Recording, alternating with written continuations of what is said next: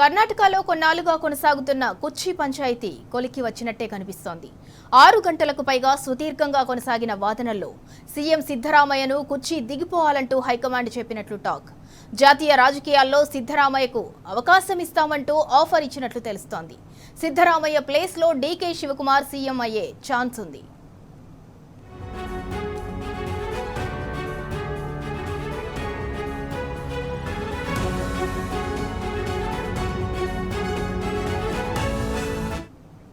ఇక ఇదే అంశానికి సంబంధించి మరింత సమాచారం ఢిల్లీ నుంచి మా ప్రతినిధి సురేష్ అందిస్తారు. సురేష్, ఎట్టకేలకైతే సీఎం సిద్ధరామయ్యనైతే కుర్చీ దిగిపోవాల్సిందిగా హస్తినాలో అయితే డిస్కషన్ జరిగినట్టుగా, చర్చలు జరిగినట్లుగా తెలుస్తోంది.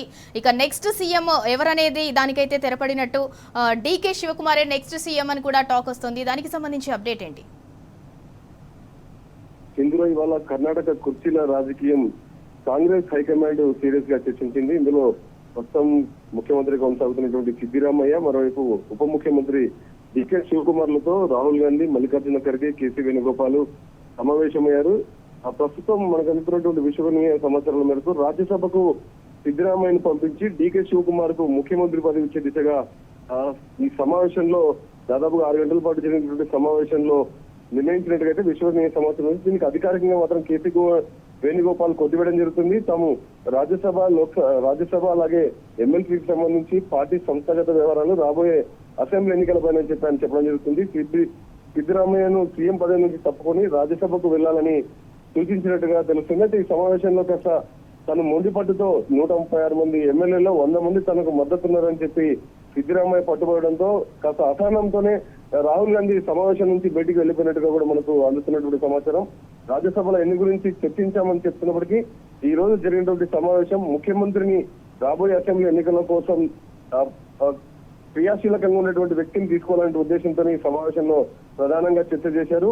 పార్టీపై పూర్తి పట్టున్నటువంటి ఉప ముఖ్యమంత్రి డీకే శివకుమార్ 2023 అసెంబ్లీ ఎన్నికల్లో కూడా పూర్తి స్థాయి బాధ్యతలు తనపై వేసుకొని పార్టీని గెలిపించారనేటువంటి విధానంలో అధిష్టానం గతంలోనే దాని బాధ్యతలను స్వీకరించిన సమయంలోనే డిప్యూటీ సీఎం పదవి విషయంలో ఇచ్చే సమయంలోనే డీకే శివకుమార్ తను అధిష్టానానికి తెలియజేయడం జరిగింది. ఆ విధంగానే 2.5 సంవత్సరాలు భావించి ఇప్పటి వరకు డీకే శివకుమార్ ముందుకు వెళ్తున్నటువంటి పరిస్థితి. కానీ ప్రస్తుతమైతే మాత్రం రాబోయే అసెంబ్లీ ఎన్నికల లోపే తాను ముఖ్యమంత్రి పదవిని చేపట్టాలి అని చెప్పి డీకే శివకుమార్ పట్టుబడడం జరుగుతుంది. దాంతో భాగంగానే గతంలో కొద్ది రోజుల కిందనే కాంగ్రెస్ అధిష్టానంతో తమ్ముడు సురేష్ తో కలిసి డీకే శివకుమార్ కాంగ్రెస్ అధిష్టానంతో చర్చలు జరిపారు. ఇటు కాంగ్రెస్ అధిష్టానం కూడా ఈ ఇరువురు మొత్తం డీకే శివకుమార్, సిద్దిరామయ్య ఢిల్లీ రావడానికి ముందే 3 రోజుల క్రితమే మల్లికార్జున ఖర్గే, రాహుల్ గాంధీ, కేసీ వేణుగోపాల్ మధ్య కర్ణాటక రాష్ట్రంలో ముఖ్యమంత్రి ఎవరుండాలనేటువంటి రాజకీయ అంశం పైన కీలక సమావేశం కూడా జరిగినట్టుగా తెలుస్తుంది. మొత్తంగా ఈ రోజు మాత్రం రాహుల్ గాంధీ కాంగ్రెస్ సంబంధించినటువంటి కీలక నిర్ణయాలు తీసుకునే విషయంలో Lok Sabha floor leader Rahul Gandhi, Mallikarjuna Kharge party అధ్యక్షుడు సిద్ధరామయ్యను దిగిపోవాల్సినంతగా సమాచారం అందుతుంది. తనను రాజ్యసభకు జాతీయ రాజకీయాలకు తీసుకురావాలని చెప్పి కాంగ్రెస్ అధిష్టానం భావిస్తున్నట్టుగా తెలిసిన సమాచారం కింద. అయితే సురేష్, అంటే ఇప్పటి వరకు మనకు అందిన తాజా సమాచారం ప్రకారం ఒకవేళ అదే గినక నిజమైతే మరి దాని ఎఫెక్ట్ తెలంగాణ కాంగ్రెస్ పార్టీపై ఎలా ఉండబోతుంది? తెలంగాణ కాంగ్రెస్ పార్టీలో కూడా ఇలాంటి సిచ్యువేషనే జరిగే అవకాశం ఫ్యూచర్లో ఏమన్నా ఉంటుందా? ఎందుకు అనంటే సీఎం రేవంత్ రెడ్డిపై ఇప్పటికే అధిష్టానానికి చాలా కంప్లైంట్స్ వెళ్ళాయి. సీనియర్ నేతలంతా కూడా, మీనాక్షి నటరాజన్ కూడా, వీళ్ళంతా కూడా హైకమాండ్కి పలుమార్లు కంప్లైంట్ చేశారు, పలుమార్లు రిపోర్ట్ ఇచ్చారు. సో తెలంగాణలో కాంగ్రెస్ పార్టీ భవితవ్యం ఏ విధంగా ఉండబోతోంది? కర్ణాటక ఎఫెక్ట్ ఏమన్నా పడుతుందా? ఖచ్చితంగా కాంగ్రెస్ పార్టీ ముఖ్యమంత్రులను మార్పు చేయడంలో కొత్త విషయం ఏం కాదు.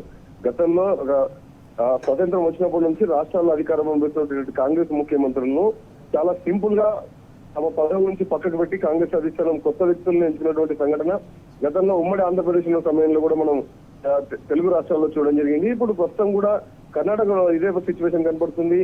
మరోవైపు తెలంగాణలో ప్రస్తుతం అధికారంలో ఉన్నటువంటి సిచ్యువేషన్ లో కూడా కాంగ్రెస్ ముఖ్యమంత్రిని మార్చే విషయంలో మాత్రం కాంగ్రెస్ అధిష్టానం ఎప్పుడు కూడా వెనుకడుగు. దీని దిశ మాత్రం వచ్చినటువంటి విమర్శలను బేరీ చేసుకొని గుంపు రాజకీయాలను పూర్తి స్థాయిలో ఎంకరేజ్ చేయడంలో మాత్రం కాంగ్రెస్ అధిష్టానం గతంలో జరిగినటువంటి సంఘటనలు మనం ఉదాహరణగా చెప్పొచ్చు. ఏదేమైనా ఇటు కాంగ్రెస్ ప్రస్తుతం కర్ణాటకలో జరుగుతున్నటువంటి కుర్చీల కుమ్లాటలో డీకే శివకుమార్ కి అధికారం దక్కే దిశగా కాంగ్రెస్ అధిష్టానం నిర్ణయం తీసుకుంటే తెలుస్తుంది. ఇదే ప్రభావం పక్కన ఉన్నటువంటి రాష్ట్రం తెలంగాణలో కూడా జరిగేటువంటి అవకాశాలు లేకపోలేదు. Right, thank you Suresh.